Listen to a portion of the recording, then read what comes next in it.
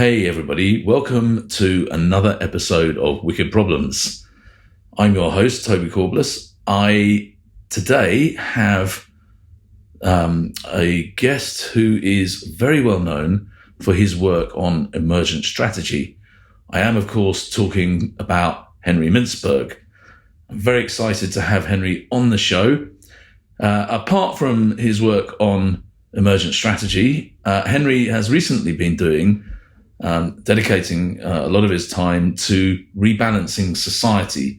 Very interesting concept that he's come up with about how we can redress the problems, the imbalance, if you like, within society as he sees it. I think it's a fascinating topic. He's done some very, very good thinking. He's got some great insights to bring to the discussion, and I'm sure you're going to enjoy it. I look forward to seeing you next time. Enjoy. Welcome, Henry Mintzberg. It's very, very nice to have you on the Wicked Problems podcast. Thank you so much for taking time out of your busy schedule to join me and to talk today. Lovely to be with you, Toby, and nice to be connected across the ocean. I was reading with quite a lot of interest your rebalancing society work that you've been doing. I think if I'm not wrong, it's quite some years now since you started that. 91, is that right? Yeah, I mean, you could say it was 1981. 1991.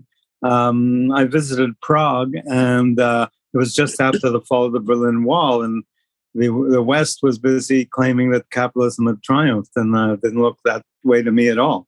It looked to me like communism had collapsed, and it collapsed because it was out of balance. And it occurred to me right then and there. Luckily, I published an article a year later, so it's sort of down on the record. But it occurred to me that we were in relative balance, in at least the so-called liberal democracies in the West were rather balanced, and the countries in Eastern Europe, the communist countries, were totally skewed on the side of government, and that's what brought them down. And I also started alluding even back then to a third sector, the public sector, private sector, and what I eventually called plural sector, community sector, if you like, or civil society. And that's part of balance. Because we misunderstood that, we've been going out of balance ever since. And no countries more so, I think, than the US and the UK, which are totally out of balance on the side of business and weakening both the plural and the public sector. Do you think this sort of balance is that something that naturally, shifts from one side to the other over time, over, let's say, might be decades, or is it something that is heavily influenced by people bringing their own, the sense of balance, perhaps, to the table? I suspect, the nature of it will change, and the factors will change, and the pressures will change. But I suspect a healthy individual, a healthy society, a healthy country maintains some kind of dynamic balance. So, sometimes it swings toward government, sometimes it swings toward business, sometimes it swings toward community. But you keep shifting so that you don't let anyone dominate with any kind of permanence. Under communism, the state dominated from day one, right through to the collapse of the Berlin Wall. The day before you couldn't go across that wall, and then the next day you could. So it lasted right up to then. What we do see, what we have seen a lot of in the Western countries, is what I call pendulum politics, where we shift back and forth. We elect back and forth between left and right, between government influence and private influence, and that's the way countries like Britain, between conservative and Labour, or like the U.S. between Democrats and Republicans tend to shift back and forth. I think countries like Canada and Germany are much, much healthier because the strongest party is actually more of a centrist party, or at least the coalition in Germany. Even Merkel was right, but not very far right. And so the countries that are more anchored in the center seem to me healthier than ones that have to keep shifting back and forth. Classically, like France, particularly before Macron, where it constantly went back and forth. There's been a lot of that sort of shifting to the extreme right or extreme left in politics over the decades. And you mentioned the UK. I mean, particularly in the UK, we've had very left-wing governments in the 70s, and then some more sort of middle of the road or centrist right or left, but centrist governments, and then it's become, I think, that quite a lot more right-wing under the sort of Brexit. Under Brexit, I guess. And there's a lot of that sort of, I think they call it polarizing the moderates, that goes on both left and right. So you take people from the center and you polarize them to either left or right. But actually, it seems to me that when you've got people in the center and they've got these little differences, but they're kind of pushing against each other in a healthy way, and in that balance. Yeah, well, I think Germany's interesting because Merkel was center right and she was in a coalition with center left, and so they worked things out.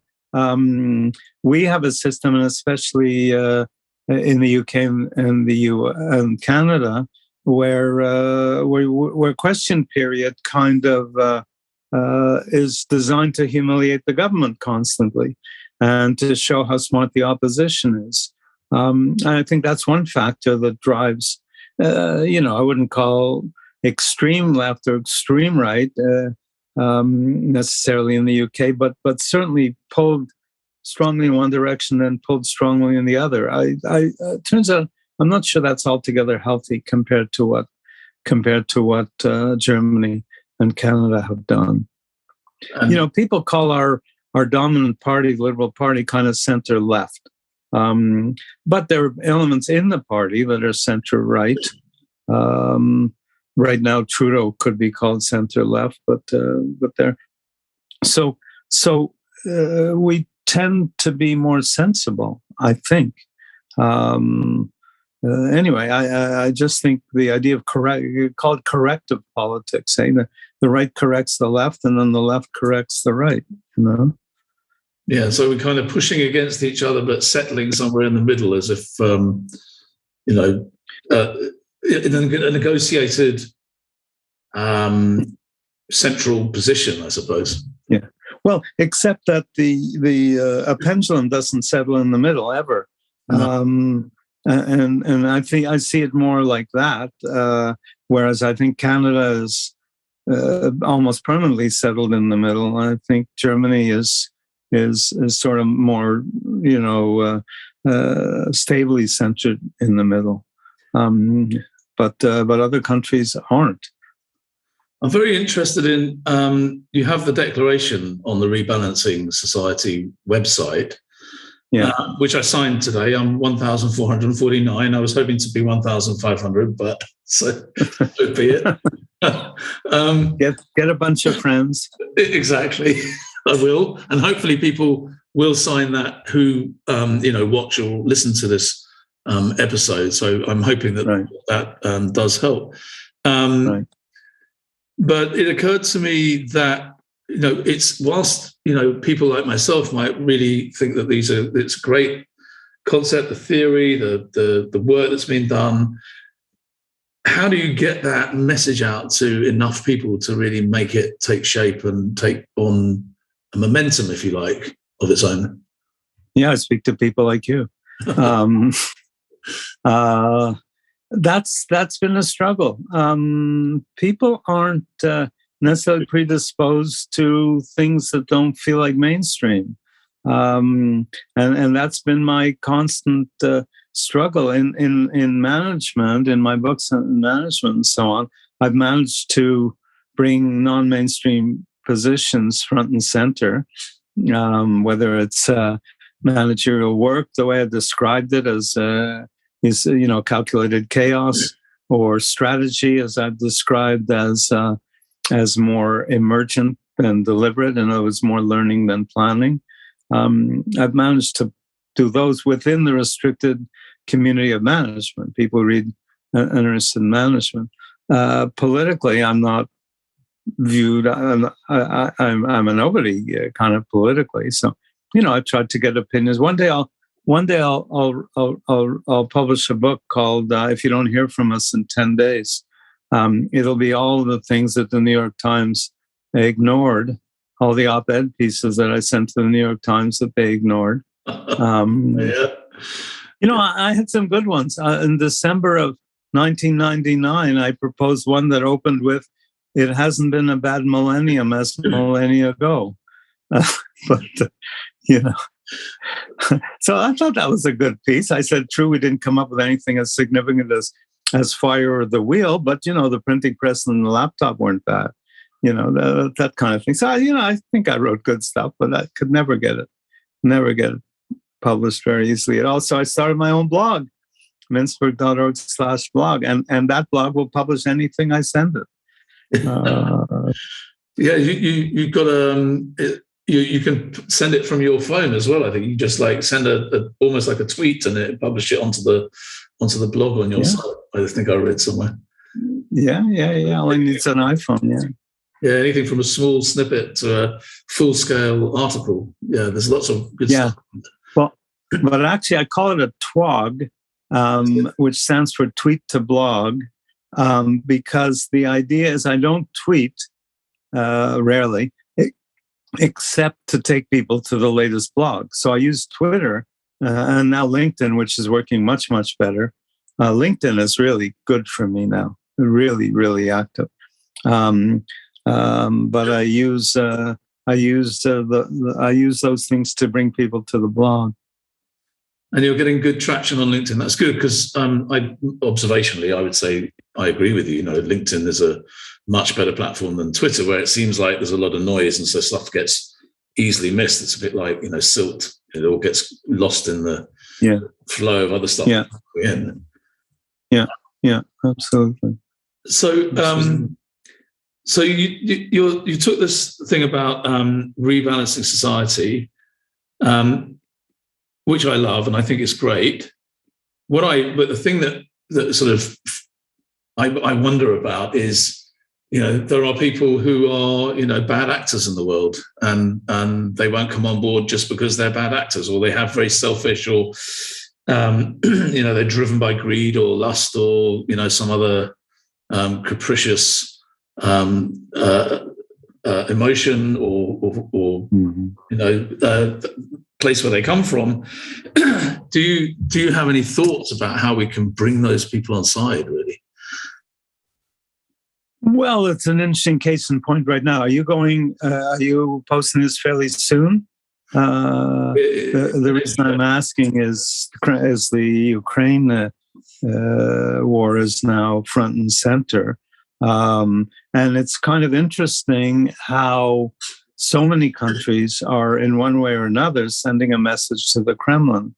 And, with even the countries around, like Poland, accepting immigrants, not immigrants, but accepting people escaping, the Czech Republic sending support. He's gotten himself in really, really deep, because if he's concerned about the states that Russia controlled, they're all getting the message and standing up to him in some way or another. So, is that the way we deal with bad actors? I don't know. There's always bad actors, but we certainly don't deal with them best by electing a president of the United States, as the Americans did in the previous election. And there are always people like that. And I'm working on a piece. It's kind of an interesting angle, I think, which is that without proper world government, significant world government, we're nowhere. We now have it's been made quite clear, as if it wasn't clear before, that one person with his finger on the button can destroy us all. And it's called, the deterrence is called shared, what's it called? Shared mutual destruction. Well, yeah, and therefore nobody will do it because it's shared mutual destruction. Well, that's nonsense. It just takes one lunatic pushed to the wall to destroy us all. So we need to do something, and we don't have world government of any significance. The United States can't do it for various reasons. Anybody with nuclear arms can go berserk. So what I'm proposing is what I call D23 for starters. The Economist does a list every year of an assessment of democracies around the world, and it assesses every single country, and it puts them into the category of full democracy, partial, flawed democracy, hybrid regime, or autocracy. There are 23 countries on that list as full democracies, including Holland, where you are, and Canada, where I am, and New Zealand, where you come from. New Zealand almost at the tip top. I think Norway is number one. New Zealand is 2 or 3.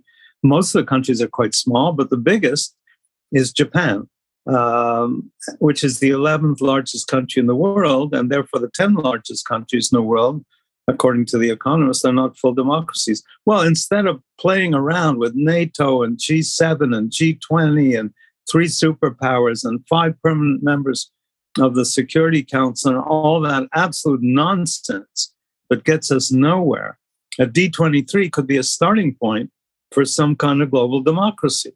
Call it pipsqueak democracy if you want, but it's basically a club that has a legitimate form of entry. It basically says you can come in if you meet these criteria.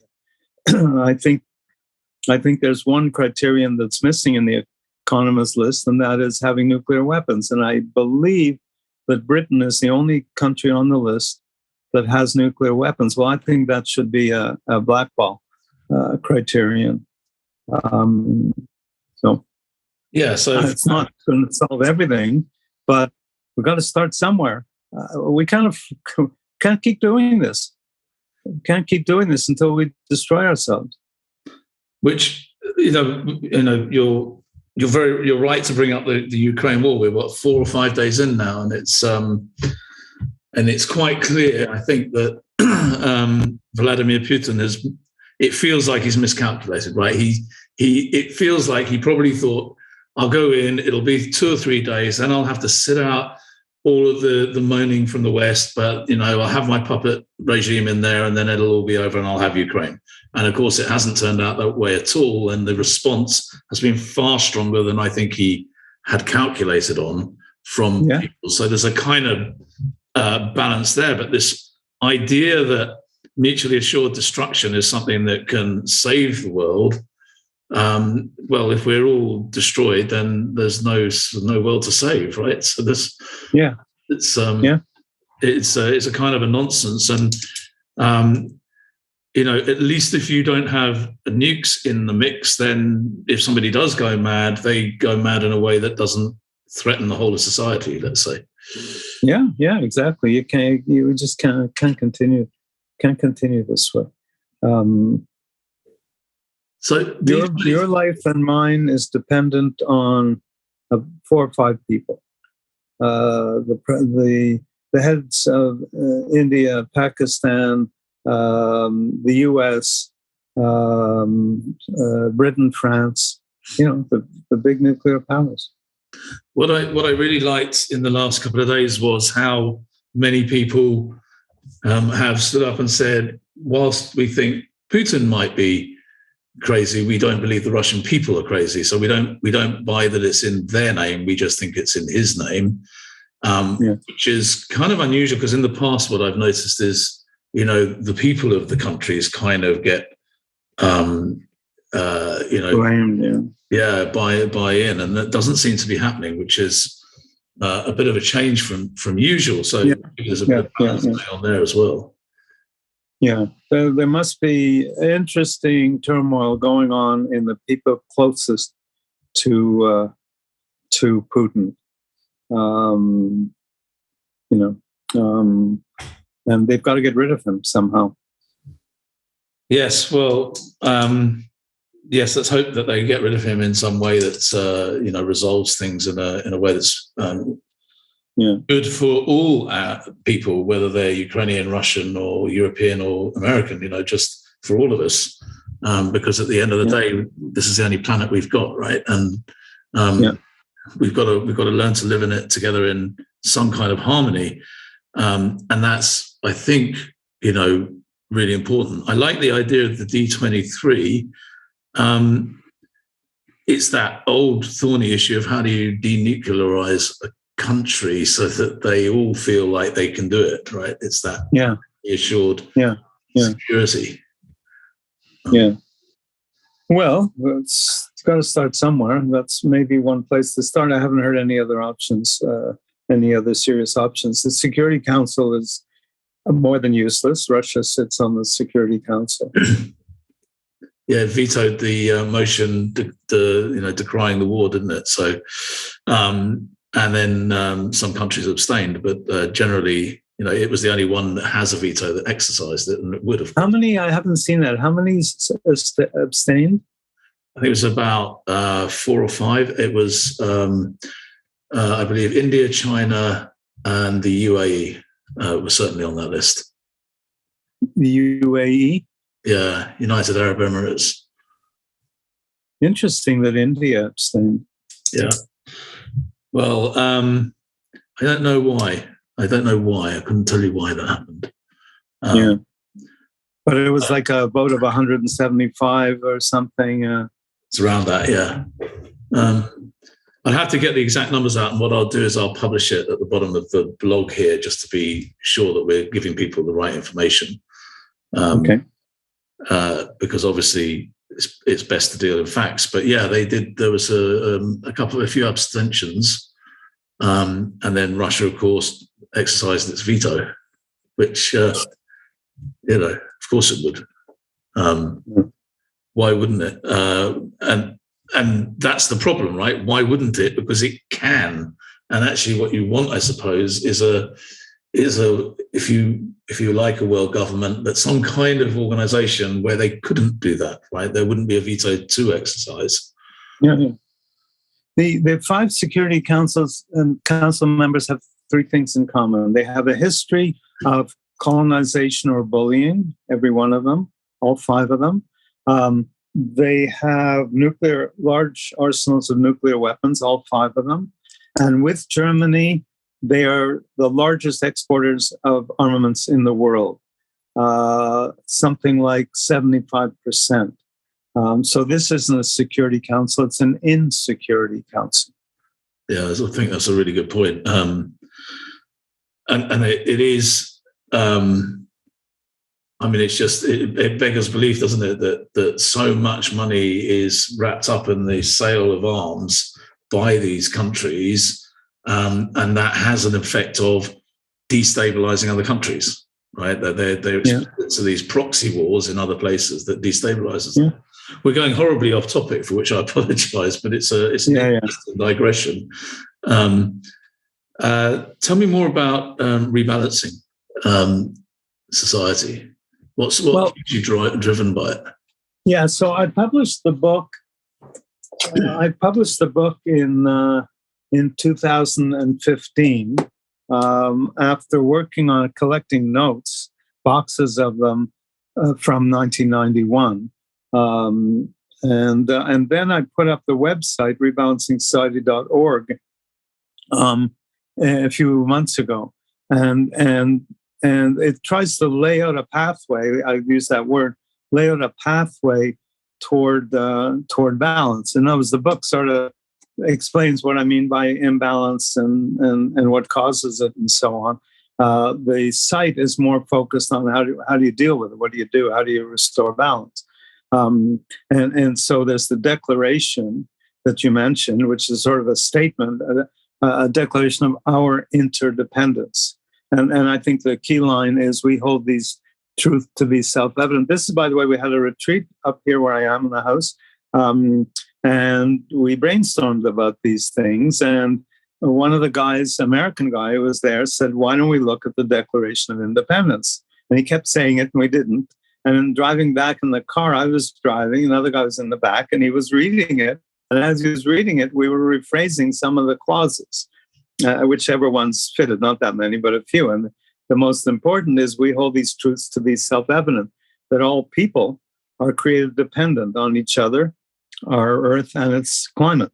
So it's a kind of rephrasing of all men are created equal. It's all people are created dependent.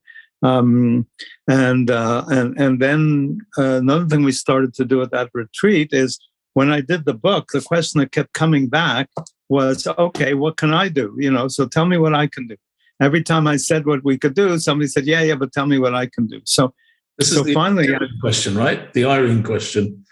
I called it the Irene question because she was the first person who read a draft of the book early, and she said, "All right, I didn't realize it was that bad. What can I do?" So I started to put these ideas together and came up with a table that's on the website where you can click anywhere and suggest what I can do, what we can do as a community, what our governments can do, what our businesses can do, and so on and so forth.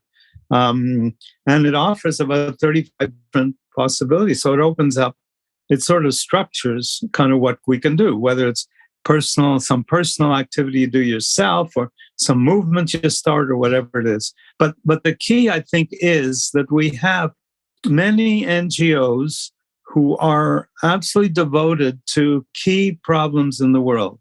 Like Greenpeace is devoted to climate change, and Amnesty International is devoted to justice, and so on and so forth. Well, I maintain now that the common cause of each of them is imbalance, the imbalance across the three sectors of society, and particularly the imbalance in favor of private sector across the world and in globalization. So that's the problem we face, and that means that if we want to get anywhere with climate change, for example, we will get nowhere until we rebalance society. So Greenpeace and Amnesty International and Doctors Without Borders and all the others should be concerned with imbalance, because it's imbalance that creates the problems they deal with. The injustices that Amnesty International deals with are caused by the imbalance. And so there needs to be a focus. We need to work together. The private sector is brilliant at working together in Davos or with chambers of commerce. They want tax reductions. They know how to get it.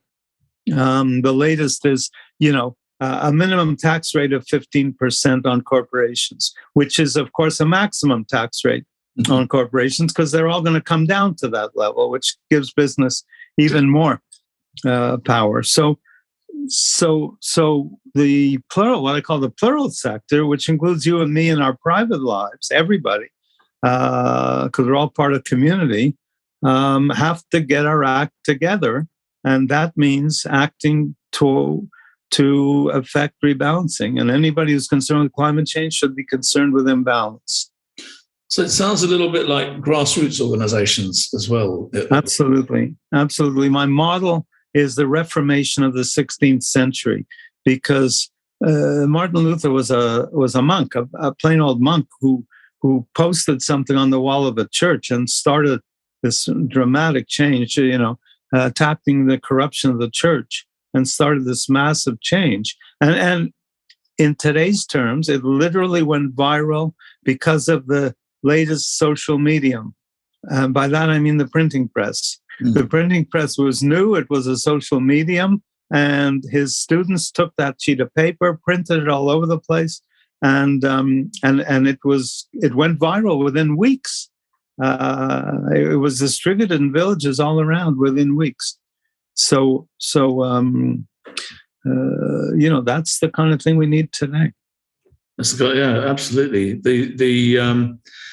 And of course, we have a lot of tools and social media these days that allow that viral capability. Part of the problem, I suppose, is we got so many tools, right? It's difficult for anybody to stand out on any one of them, and there's so many people. And also, I think when you look at some of the ways that the algorithms work in the tech sector, they have the effect of not allowing the viral capability that you might achieve if you did do a Lutherian type posting. Well, they do and they don't. I mean, things go viral today. Things that, some dog jumps over a hoop and 10 million people look at it. So it's true. That is true. So, NGOs, I wonder if we talk a little bit more about the plural sector, because it wasn't something I'd heard of until I read the work that you'd done. I saw the different pictures that you created and the about that. But of course, private and public, everyone understands, I think, or generally. Plural's a new one, I think, probably for a lot of people. Yeah, it's a new label on old wine because there have been, the trouble with that sector is it's had too many labels, so it just confuses everybody. We call it the not-for-profit sector. We call it the community sector. We call it the social sector. We call it civil society. We call it the NGO sector. I've heard meetings of academics who are devoted to that sector use every one of those terms in the space of an hour. They can't even get their own vocabulary right. They might call it the not-for-profit group, but they're using every other label. So it's completely confusing to everybody. So at first I called it the social sector, but then I realized then we have to call the other two the political sector and the economic sector. So I needed a P word. And in fact, I was at a meeting of those people, and I could still picture them all in that big U-shaped classroom. And I said, I need another word. And somebody blurted out, how about pluralistic? And I thought, yeah, that's it, plural. And it meets one central criterion. It's got to sound like it goes with the others. So if you say public, private, social, public, private, civil society, you don't have it. But if you say public, private, plural, you have it. But it is the plural sector. Business is business. It might be small or big, but it's business. Government does all its different things, but it's all in one big hierarchy. The plural sector encompasses everything from the Society to Clothe Animals to Greenpeace and McGill University and Harvard and the best hospitals in the United States and so on. Two criteria for these organizations. They're either owned by their members, which we call co-ops, or chambers of commerce, are in effect owned by their members. And by the way, the National Rifle Association is a plural sector organization owned by its members. They're not all good. But co-ops are the big group in there, all the big co-ops, or owned by nobody. And people look at me like, owned by nobody? How can an organization be owned by nobody? Well, who owns Harvard? Who owns Greenpeace? Who owns, you can just name thousands of, who owns charities? Who owns trusts? Well, trusts are different. But, there's huge, massive numbers. I wonder if I could find it. Anyway, I did a big chart, a big circle and I put public sector organizations here, and there are about 5 kinds. I put private sector organizations here, and there's about 5, 6, 7 kinds. And then I did plural kinds of associations here, everything from political parties to social enterprises, political parties closest to government, social enterprises closest to business. And there are like 20 categories in there. It really is plural. I think this is the circle I've seen that you did, right? And then you break the circle down into its 3 different constituent parts. Yeah, but this one I'm referring to actually has communes, political parties, advocacy NGOs, developmental agencies, social initiative, volunteer groups, trusts, professional associations, social enterprises, cooperatives. I mean, it's a lot. Yeah, it's a heck of a lot, and a bigger piece of that circle than the other 2, really. Yeah, I maintain that there's probably very few people who haven't interacted with 5 plural sector organizations in the last few days.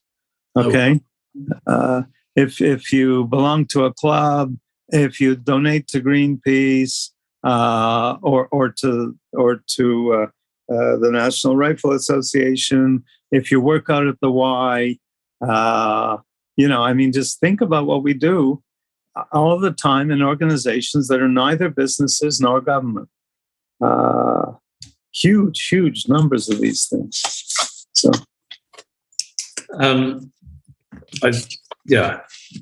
it's a lot of different organizations for sure. And I remember when I read it, I was thinking, yeah, okay, there's a lot here, and it was quite new to me. So, but it's great that there's a way to stitch it together. And as you say, that sort of alliteration that people need when they are remembering these public-private plural, just having that as a mnemonic in order to help people remember. Yeah, exactly. Really important. Exactly. So what I'd like to ask you is, if people want to find out more, what should they do? Well, the best place is really rebalancingsociety.org, the website. You can get the gist of it in 5 minutes just by flipping through the pages, and then you can spend hours because there's so much backup, including a final page called Sites and Sites, SITES and SIGHTS, which enable people to go deeper. The table alone of all these different buttons to press as to what I could do, it's 35 different things, and each one of those, or not each one, but most of them are linked to something that's in print, or not in print anymore, but something that's accessible on the web. So if I say get rid of the trade tribunals, and you never heard of the trade tribunals, which have the right to challenge any government to any legislation that interferes with their profits, enables business to do that. If you never heard of that, you just click and you can read about that and what you could do to get rid of them. And of course, people could read your talks at henrymintzberg.org, I think it is. Or is it .com? I'll check that and I'll put the link properly. Yeah, the link itself, it's also noted on Henry Mintzberg. Mintzberg.org is enough, in case you don't know how to spell Henry, in case you're French and want to use an I or something. But Mintzberg.org is enough. But you can go straight to rebalancingsociety.org. Rebalancingsociety.org, and we'll put that link there for people as well. Also buy the book, right? Read the book, ingest what it says inside it, because there's a lot of good stuff in there. It's loaded. I tried to put everything I could think of in there, and lots of diagrams. And people can get that from Amazon, I guess, and other retailers. Rebalancingsociety.org is a site. It's just the site. This they can get on Amazon. Yeah, so I meant, to also get the book. And so, again, encourage people to do that and to learn. Yeah, by the way, I have a wonderful publisher named Barrett Kohler. This is my 5th book with them, or I've done 5 with them, but this one, they gave me permission to put it on my own website as a PDF. The feeling being that anybody who can't afford it can get it. So anybody can get it just by going to mintzberg.org and clicking download free PDF. Oh, that's really good to know, actually. I will let people know that, so that if people are on a tight budget, they can still learn more and they can get involved. I think there's a call to action in both the book and on the website around, but not just signing up, but also how to get involved and how to answer the Irene question, right? About what can I do? Yeah, and that they'll get on the website. Yeah. Yeah. It's been an absolute pleasure. Thank you for your time. And thank you, Toby. What I'll do is I'll make sure that we publish all of those different links and make sure that people can find the information easily. Thank you again.